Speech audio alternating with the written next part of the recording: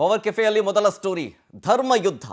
ಇದರ ಶೀರ್ಷಿಕೆಯ ಅಡಿಯಲ್ಲಿ from day one power TV ವಿಸ್ತೃತವಾದಂತಹ ವರದಿಯನ್ನು ಪ್ರಸಾರ ಮಾಡ್ತಾ ಇದೆ. ಧರ್ಮದ ಪರವಾಗಿ, ಸತ್ಯದ ಪರವಾಗಿ. ಅದರ ಭಾಗವಾಗಿ ಈ ತಿಮರೋಡಿಯ ಆ್ಯಂಡ್ ಗ್ಯಾಂಗ್ ಅಪಪ್ರಚಾರವನ್ನ ಮಾಡ್ತಾ ಇದೆ ಅಂತ ನಾವು ಮೊದಲಿಂದಲೂ ಹೇಳ್ತಾ ಇದ್ವಿ. ಆತ ಮತ್ತೊಂದು ಹಂತಕ್ಕೆ ಹೋಗಿ ಸಿಎಂ ವಿರುದ್ಧವೇ ಕೊಲೆ ಆರೋಪವನ್ನ ಮಾಡ್ತಾನೆ. ಈ ಆರೋಪ ಮಾಡಿದ ತಿಮರೋಡಿಗೆ ಶಾಕ್. ಯಾವುದೇ ಕ್ಷಣದಲ್ಲಿ ಬೇಕಾದರೂ ಅರೆಸ್ಟ್ ಆಗಬಹುದು. ಈತನ ಬಂಧನಕ್ಕೆ ಸೂಚನೆ ಕೊಡಲಾಗಿದೆ. ಆದರೆ ಎಲ್ಲೂ ಕಾಣ ಸಿಗ್ತಾ ಇಲ್ಲ ಈ Thimarodi.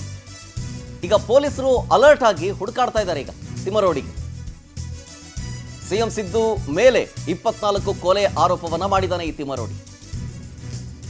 Home minister doctor G Parameshwar ನಿನ್ನೆ ಸದನದಲ್ಲಿ ತಕ್ಷಣ ಕಾನೂನು ಕ್ರಮವನ್ನು ತೆಗೆದುಕೊಳ್ಳುವಂತೆ ಸೂಚನೆಯನ್ನು ಕೂಡ ಕೊಟ್ಟಿದ್ದಾರೆ. ನಿನ್ನೆ ಆದಂತಹ ಡೆವಲಪ್ಮೆಂಟ್ ಸದನದಲ್ಲಿ ನಾಲಿಗೆ ಹರಿಬಿಟ್ಟಿದ್ದು, ಹೋದಲ್ಲಿ ಬಂದಲ್ಲಿ ಕೆಲವೊಂದಷ್ಟು ಸುಳ್ಳು ಆರೋಪಗಳನ್ನು ಧರ್ಮಸ್ಥಳದ ವಿಚಾರದಲ್ಲಿ ಮಾಡಿದ್ದ ಈತ. ಮೊದಲಿಗೆ ಆಕ್ರೋಶವನ್ನ ವ್ಯಕ್ತಪಡಿಸಿದ್ದು ಈತ. ಎಲ್ಲ ಬಿಡ್ತಾ ಇರೋದೆಲ್ಲ ಬೊಗಳೆ, ಸುಳ್ಳು, ಅಂತೆಕಂತೆಯ ಪುರಾಣ ಅಂತ ಡೇವನ್ನಿಂದ ಹೇಳಿದ್ರು ಕೂಡ ಯಾರೂ ನಂಬಲಿಲ್ಲ. ಈಗ ಸರ್ಕಾರದಲ್ಲೇ ಇರುವಂಥ ಒಂದಷ್ಟು ಜನ ಸಚಿವರು ಇದ್ರ ಬಗ್ಗೆ ಹೇಳ್ತಾ ಇದ್ದಾರೆ. ಸ್ವತಃ DCM DK ಶಿವಕುಮಾರ್ ಅವರೇ ಷಡ್ಯಂತ್ರ ನಡೆದಿದೆ ಅಂತ ಹೇಳಿದ್ದಾರೆ. ಜೊತೆಗೆ ಸಿದ್ದರಾಮಯ್ಯನವರ ವಿರುದ್ಧ 24 ಕೊಲೆ ಆರೋಪವನ್ನು ಈ ತಿಮರೋಡಿ ಮಾಡಿದ್ದ. ಯಾವುದೋ ಒಬ್ಬರು ಪೊಲಿಟಿಷಿಯನ್ ಸ್ಟೇಟ್ಮೆಂಟ್ ಕೊಟ್ಟಿದ್ರು, ಯಾವುದೋ ಬೇರೆ ವಿಚಾರಕ್ಕೆ, ಪೊಲಿಟಿಕಲಿ ವಿಚಾರಕ್ಕೆ ಸಂಬಂಧಪಟ್ಟಂತೆ. ಅದು ಲೀಗಲಿ ಆಲ್ರೆಡಿ ಮುಗ್ದೋಗಿದೆ. ಆ ವಿಚಾರವನ್ನು ಇಟ್ಕೊಂಡು ಈತ ಆ ಆರೋಪವನ್ನು ನಾನು ಸಪೋರ್ಟ್ ಮಾಡ್ತೀನಿ, ಮಾಡಿದ್ದಾರೆ, ಈ ಕೂಡಲೇ ರಾಜೀನಾಮೆ ಕೊಡಬೇಕು ಅಂತ ಹೇಳ್ತಾನೆ. ಇದು ಆಕ್ರೋಶಕ್ಕೆ ಕಾರಣವಾಯಿತು ನಿನ್ನೆ ಸದನದಲ್ಲಿ.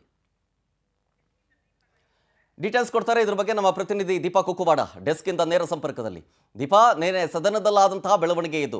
Home minister doctor G Parameshwar ಖಡಾಖಂಡಿತವಾಗಿ ಸೂಕ್ತ ತನಿಖೆ ಆಗೇ ಆಗುತ್ತೆ, ಸತ್ಯ ಸುಳ್ಳಿನ ಪರಾಮರ್ಶೆಯ ಜೊತೆಗೆ ಸತ್ಯವನ್ನ ಹೊರತೆಗೆಯುವಂತ ಪ್ರಯತ್ನ ಆಗುತ್ತೆ ಅಂತ. ಈಗ ಯಾವುದೇ ಕ್ಷಣದಲ್ಲಿ ಬೇಕಾದರೂ ತಿಮರೋಡಿಗನ್ನ ಅರೆಸ್ಟ್ ಮಾಡೋ ಸಾಧ್ಯತೆ, ಸರ್ಕಾರ ಇದ್ರ ಬಗ್ಗೆ ಕ್ರಮ ತೆಗೆದುಕೊಳ್ಳುತ್ತೆ ಅಂತ ಹೇಳಿದ್ದಾರೆ. ಈಗ ಯಾವ ಹಂತದಲ್ಲಿದೆ ಅಂತ ಇದು? ಶರತ್, ಯಾರ್ಯಾರು ಸುಳ್ಳು ಸುದ್ದಿಗಳನ್ನ ಹಬ್ಬಿಸ್ತಿದ್ದಾರೆ, ಅಪಪ್ರಚಾರ ಮಾಡ್ತಿದ್ದಾರೆ, ಅದು ಯೂಟ್ಯೂಬರ್ಸ್ ಆಗಿರ್ಬೋದು ಅಥವಾ ಬೇರೆಯವರು ಆಗಿರ್ಬೋದು, ಅಂಥವರ ಮೇಲೆ ಇದೀಗ ಕ್ರಮ ತೆಗೆದುಕೊಳ್ಳೋದಕ್ಕೆ ಸರ್ಕಾರ ಮುಂದಾಗ್ತಿದೆ.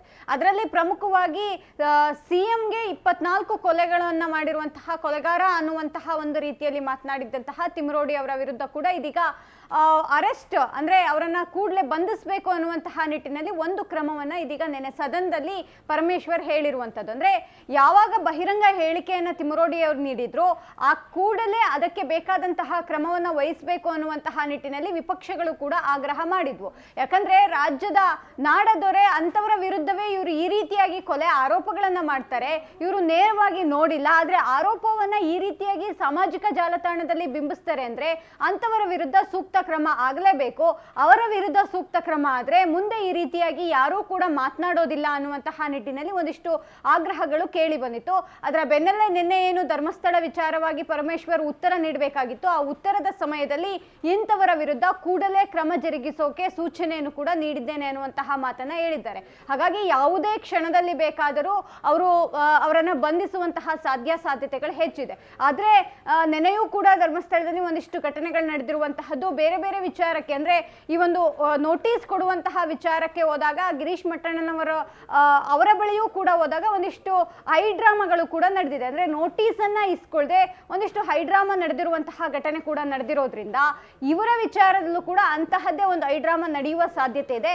ಹಾಗಾಗಿ ಸರ್ಕಾರ ಯಾವ ರೀತಿಯಾಗಿ ಇವರನ್ನ ಬಂಧಿಸುವಂತಹ ನಿಟ್ಟಿನಲ್ಲಿ ಕ್ರಮ ತೆಗೆದುಕೊಳ್ಳುತ್ತೆ ಅನ್ನೋದರ ಜೊತೆಗೆ ಕೂಡಲೇ ಕ್ರಮ ಜರುಗಿಸುವಂತೆ ವಿಪಕ್ಷಗಳು ಒತ್ತಾಯ ಮಾಡ್ತಿರೋದ್ರಿಂದ ತಕ್ಷಣಕ್ಕೆ ಯಾವ ಕ್ರಮ ಅನ್ನುವಂತಹದನ್ನ ಇವತ್ತು ಪರಮೇಶ್ವರ್ ಸ್ಪಷ್ಟಪಡಿಸುವಂತಹ ಸಾಧ್ಯತೆಗಳು ಕೂಡ ಹೆಚ್ಚಿದೆ. ಶರತ್, ಥ್ಯಾಂಕ್ ಯು ದೀಪಾ ಡೀಟೇಲ್ಸ್ಗಾಗಿ.